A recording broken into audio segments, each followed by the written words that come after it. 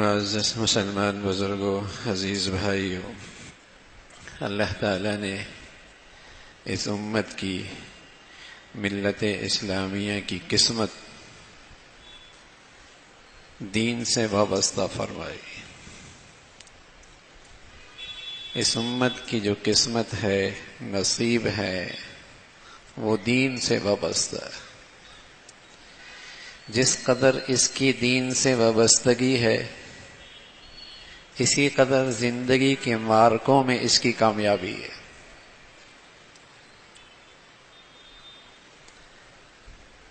جس قدر اس کا دین سے تعلق ہے، دین پر اعتماد ہے، دین کی سچائی کا یقین ہے، اسی قدر اسے زندگی کے معرکوں میں، زندگی کے نقشوں میں اس کے لیے کامیابی ہے۔ اس کی قسمت اللہ نے دین سے وابستہ کر رکھی۔ یہ ملت اسلامیہ دیگر اقوام سے بالکل مختلف ہے۔ اس کے نصیب، اس کی قسمت، اس کے لیے مدد اور نصرت کے وعدے، اس کی کامیابی، اس کی عزت، اس کا عروج، یہ سارے اس کے نصیب اس کے دین سے وابستہ اللہ نے فرما دی۔ اب دین سے اس کی وابستگی کس قدر سچائی پر ہے، واقعیت اور حقیقت کے ساتھ ہے، اور کس قدر سچائی اور حقائق کے ساتھ اس دین پر اسے یقین ہے۔ ایک تو ہوتی ہے نا صورت، ظاہر ہے آگ کی تصویر سے آپ تپش تو نہیں حاصل کر سکتے،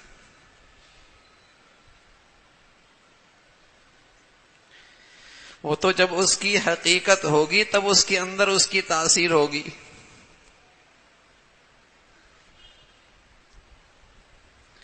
اگر نمک کے اندر نمکین پنا نہیں، اس سے دوسرا پتھر زیادہ قیمتی۔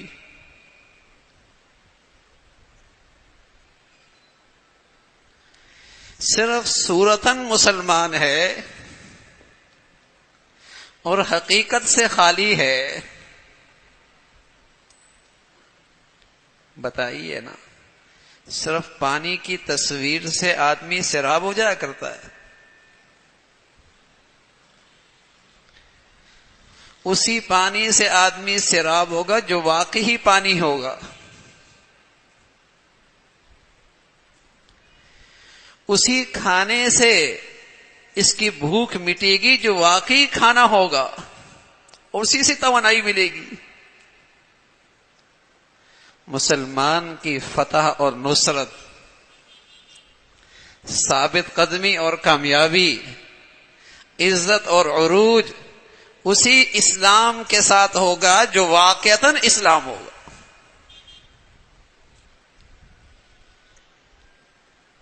اس کے ساتھ اللہ کی مدد، اس کے ساتھ اللہ کی نصرت ہے، اس کے ساتھ اس کی کامیابی ہے۔ سورت سیب پڑا ہے، اس سورت میں کلر اچھا ہے، اور اس کے ساتھ ہی میز پہ ایک حقیقی سیب پڑا ہے جو صورتاً سیب ہے، اس میں کشش نہیں، تاثیر نہیں، توانائی نہیں، خوشبو نہیں۔ اور جو حقیقی سیب ہے وہ اپنے اندر طاقت رکھتا ہے، خوشبو رکھتا ہے، اس میں توانائی ہے، اس کی رنگت میں بھی کشش ہے۔ سبحان اللہ۔ اس روئے زمین پر جب بھی مسلمان اپنے ایمان کے ساتھ زندگی کے معرکوں میں آیا، اس نے اللہ کی مدد اور نصرت اپنے ساتھ ضرور دیکھی۔ یہ اللہ کا وعدہ ہے، یہ اس دین کے ساتھ اللہ کا وعدہ ہے۔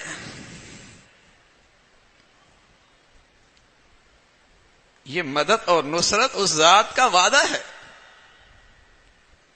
جب بھی یہ دین کی حقیقت کے ساتھ میدان میں آیا، ہماری زندگی میں کچھ حقائق ہیں جو اپنی حقیقت رکھتے ہیں۔ فرمایا تمہاری اولاد ایک حقیقت ہے، تمہارے والدین ایک حقیقت ہے، تمہارے گھر والے، اہل و عیال، بیوی بچے ایک حقیقت ہے، تمہاری مال و دولت، اس سے تمہارا تعلق وہ ایک حقیقت ہے، تمہاری تجارتیں، تمہارا معاش، تمہارا کاروبار، تمہاری فیکٹریاں، تمہارے کارخانے، وَتِجَارَةٌ تَخْشَوْنَ كَسَادًا، یہ ایک حقیقت ہے۔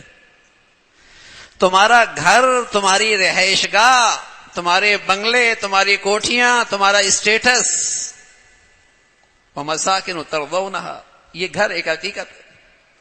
فرمایا یہ حقیقت ہیں ساری، ان سے تمہارا تعلق بھی ہوتا ہے، تمہیں ان سے محبت بھی ہوتی ہے، تمہیں ان سے فکر بھی ہوتی ہے، لیکن خیال رکھنا اللہ کی محبت کی بھی ایک حقیقت ہے، اللہ کے رسول کی محبت بھی ایک حقیقت ہے، اللہ کے دین کے لیے سب کچھ قربان کرنا وہ بھی ایک حقیقت ہے۔ اگر ان ساری چیزوں کی محبتیں، اللہ اور اللہ کے رسول اور اس کی خاطر سب کچھ قربان کرنے کا جذبہ، اگر یہ چیزیں غالب آ گئیں، پھر تمہاری پستی اور ذلت کے دن شروع ہو گئے،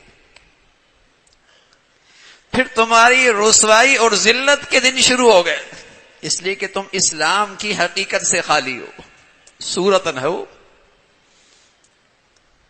تمہارے پاس تمہاری زندگی میں یہ حقیقتیں غالب ہیں، اور تم ایمان سے تمہارا تعلق صورتاً ہے، اسلام سے تمہارا تعلق محض ایک صورت کی حد تک ہے، حقیقت سے خالی ہو، پھر انتظار کرو رسوائی کا، ذلت کا، پستی کا، پھر انتظار کرو۔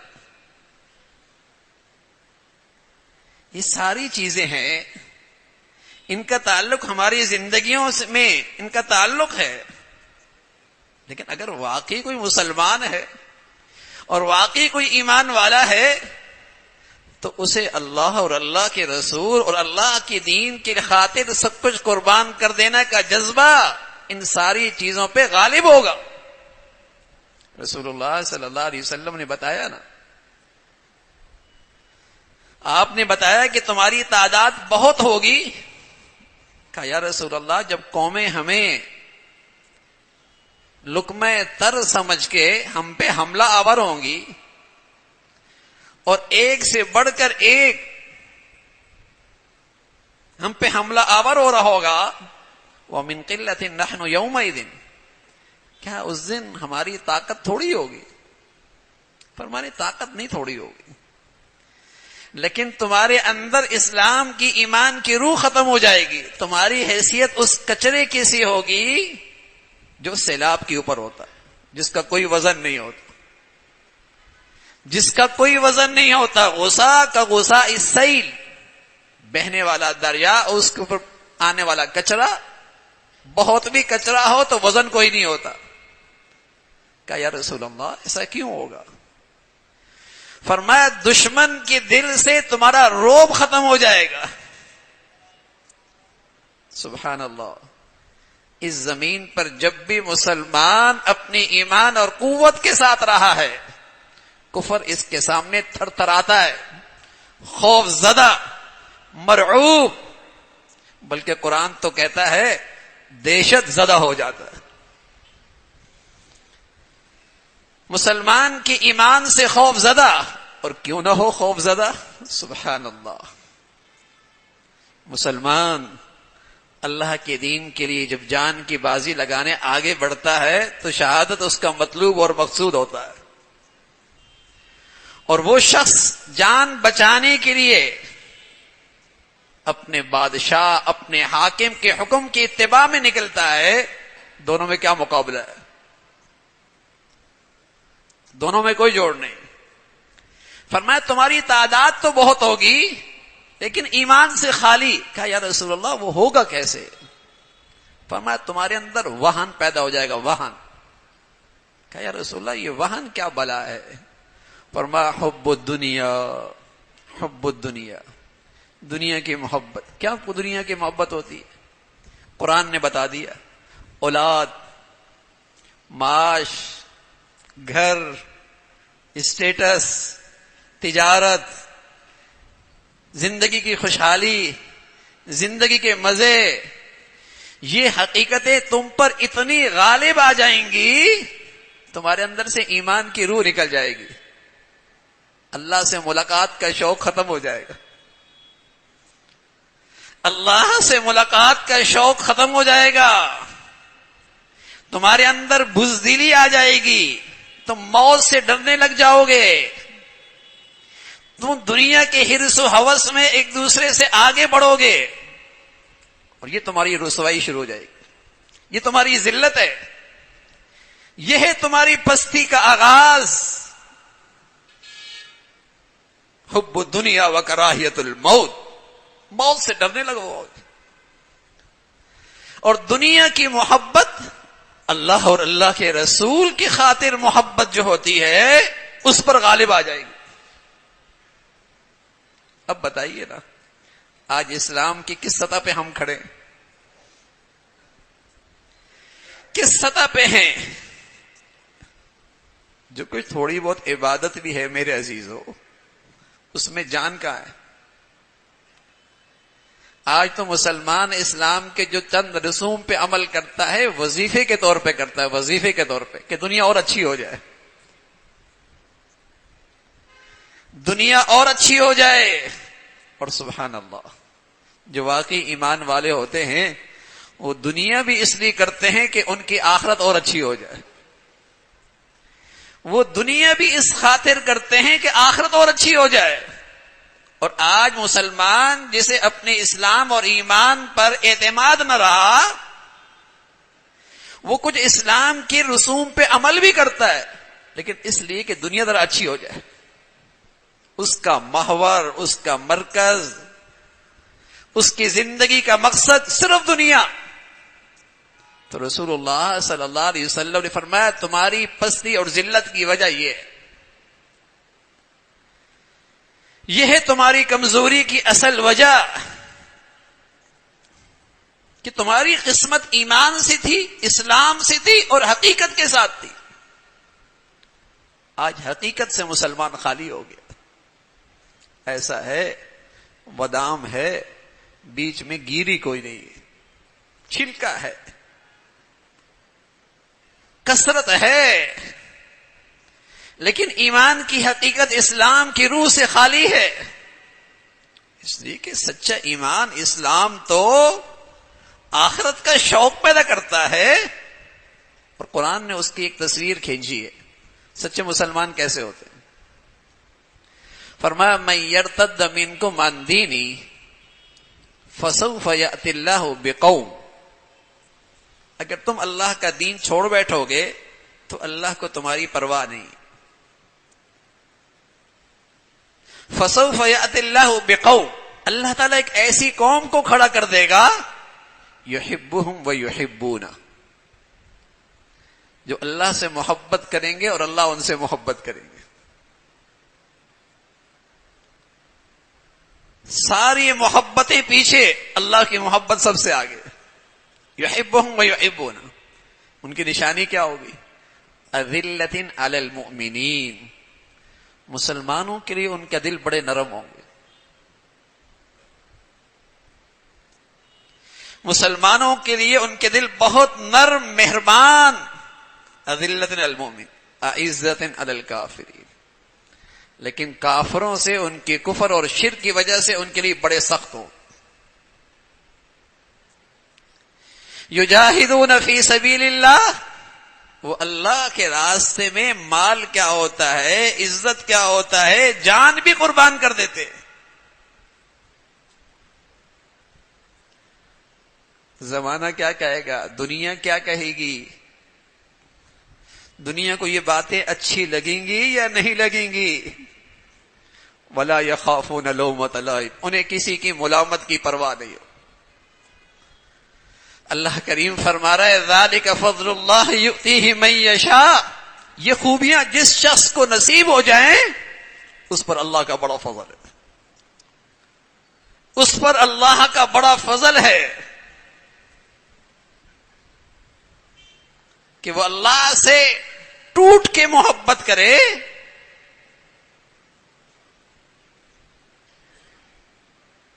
اور جس سے بھی محبت ہے اللہ کی خاطر ہے۔ اور مسلمانوں کے لیے اس کے دل میں نرمی ہے، رحمت ہے، شفقت ہے۔ کیوں ہے؟ اس لیے کہ اس مسلمان کا اللہ سے تعلق، اس لیے کہ اس کا تعلق ایمان سے، رشتے سے ہے۔ نرم اشداء علی الکفار رحماء بینہم، مسلمان آپس میں ایک دوسرے پہ مہربان، ہاں عزت علی الکافرین، کافر کے لیے جب تک وہ کفر پر ہیں، شرک پر ہیں، اس کے دل میں ان کے لیے نرمی نہیں ہے، اور یہ سختی اور نرمی اللہ کے لیے ہے۔ رسول اللہ صلی اللہ علیہ وسلم فرمایا کرتے تھے من احب للہ وابغض للہ واطاع للہ ومنع للہ فقد استکمل الایمان، جو محبت بھی اللہ کی خاطر کرے، کسی سے بغض اور نفرت بھی اللہ کے لیے رکھے، دے بھی اللہ کے لیے، کسی سے ہاتھ روک رہا ہے وہ بھی اللہ کے لیے، کمال ایمان پر، کمال ایمان پر ہے۔ جس قدر ایمان کی عظمت ہوگی اسی قدر کفر سے نفرت ہوگی، جس قدر ایمان کی عظمت اور محبت ہوگی اسی قدر کفر اور شرک کی گندگی سے نفرت ہوگی، یہ ایمان کا تقاضا ہے۔ اور جب ایمان بے قیمت ہو جائے گا پھر کفر سے مناسبت، کفر کی زندگی سے مناسبت، کفار سے مناسبت ہونے لگ جائے گی۔ تو اللہ کے پیارے ایسے ہوتے ہیں، یہ ایمان کی حقیقت ہے، یہ ایمان کے علامات ہیں کہ واقعی یہ ایمان حقیقت کے ساتھ ہے۔ بشر المنافقین، بشر المنافقین، اللہ کریم کہہ رہا ہے ان منافقوں کو بتا دو، خوشخبری دے دو، ان کے لیے دردناک عذاب ہے۔ اور ان کی نشانی کیا ہے؟ الذین یتخذون الکافرین اولیاء من دون المؤمنین، یہ ایمان والوں کو چھوڑ کر کفار سے دوستیاں لگاتے ہیں۔ اور کیوں لگاتے ہیں؟ ایبتغون عندهم العزہ، اس امید سے لگاتے ہیں کہ ان سے تعلق رہیں گے تو ہمیں عزت ملے گی۔ بتائیے کوئی مسلمان ایمان اور اسلام کی حقیقت پہ ایمان رکھتا ہو اور وہ اللہ کی قدرت اور طاقت پہ اعتماد اور یقین ہو تو وہ عزت اور فلاح اور کامیابی کے لیے کسی کافر کا سہارا لے سکتا ہے اور ان سے امید رکھ سکتا ہے؟ وہ تو اللہ کی ذات پہ اعتماد، اللہ کی ذات پہ اعتماد ہے۔ تو آج میرے عزیزو، جن حالات سے آج ملت اسلامیہ شکار ہے، جن حالات سے گزر رہی ہے، اس میں جو سب سے خطرے کی چیز ہے کہ آج مسلمانوں میں عمومی طور پہ مردہ ضمیری ہے۔ ایسا لگتا ہے ضمیر مر چکا ہے، اور اس بے ضمیری کا نتیجہ یہ ہے جو ایمان کا تقاضا پورا کرے، جو شجاعت اور بہادری کا مظاہرہ کرے، جو ایمان اور اسلام کے تقاضے پورے کرے، انہیں وہی اچھے نہیں لگتے، وہی اچھے نہیں لگتے۔ اور انہی کے بارے میں جسے کہیں کہ غلط فہمیوں کا شکار ہوتا ہے۔ تو اصل تو ان افکار کی خرابی ہے، سوچ خراب ہو گئی، فکر خراب ہو گئی، ذہنیت خراب ہو گئی، اور ہم امید رکھتے ہیں کہ ہمیں صحیح اور غلط وہ لوگ بتائیں گے جو مرد عورت کی تمیز نہیں کر سکتے۔ وہ ہمیں بتائیں گے کہ صحیح کون ہے غلط کون ہے. ان ذرائع پہ ہمارا اعتماد ہوتا ہے. کفار کے ذرائع پہ اعتماد ہوتا ہے جن کے اندر تو یہ صلاحیت بھی نہیں کہ مرد عورت کی تمیز کر سکے. ہم ان سے امید رکھتے ہیں کہ وہ ہمیں بتائیں کہ صحیح کون ہے غلط کون ہے. تو میرے عزیزو، قرآن بتاتا ہے ہمیں کہ اس وقت بھی وہ مسلمان جو اللہ کے دین کی خاطر اپنی جانیں قربان کر رہے ہیں. مسجد اقصی کا مسئلہ، بیت المقدس کا مسئلہ، غزہ کی اور فلسطین کی زمین کا مسئلہ، یہ وہ مقدسات ہیں جو تمام امت اسلامیہ کے مقدسات ہیں. صرف غزہ کے مسلمانوں کے مقدسات نہیں، پورے ملت اسلامیہ کے یہ مقدسات ہیں. لیکن اللہ رب العزت نے اور بقول ان کے سبحان اللہ، اللہ نے ایسا حوصلہ دیا، ایسے ثابت قدمی دی، ایسا ایمان دیا. کہتے ہیں اللہ رب العزت نے اس آزمائش کے لیے ہم اللہ کا شکر ادا کرتے ہیں کہ ہمیں قبول فرمایا. اس آزمائش کے لیے اللہ رب العزت نے ہمیں قبول فرمایا ہے. ہمارے بچے، ہماری بچیاں، ہمارے بہنیں قبول ہوئی.